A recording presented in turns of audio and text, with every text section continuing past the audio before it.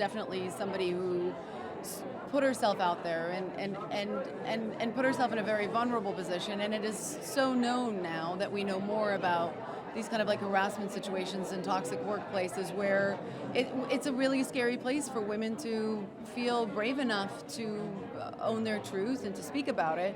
And I think that there has to be empathy for how all women handle all of this stuff, and none of us are going to do the right thing at the right time.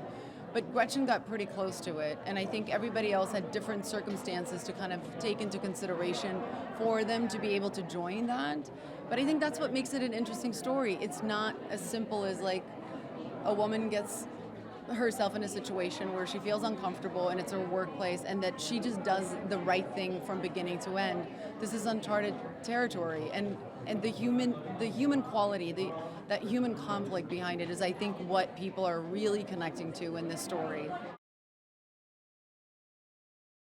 I think empathy really is just wanting to understand. And I think the more we can just understand, the more we can actually know, and that's where change comes. But I don't think any of us set out to go make a sympathetic film, because women don't deserve that and women don't want that. We just want the truth to be, we want to be heard, and we want to have that believed. Exactly. And I don't think what we're craving is sympathy. Just hear us out.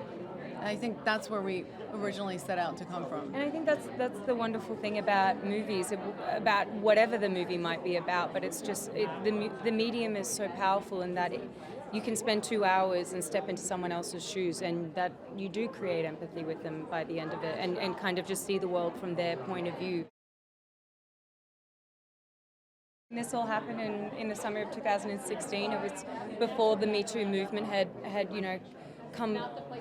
really got the ball rolling, and that really adds to what these women were up against, and kind of shows how difficult it can be when there isn't the support there. It just makes it even harder to stand up and come forward.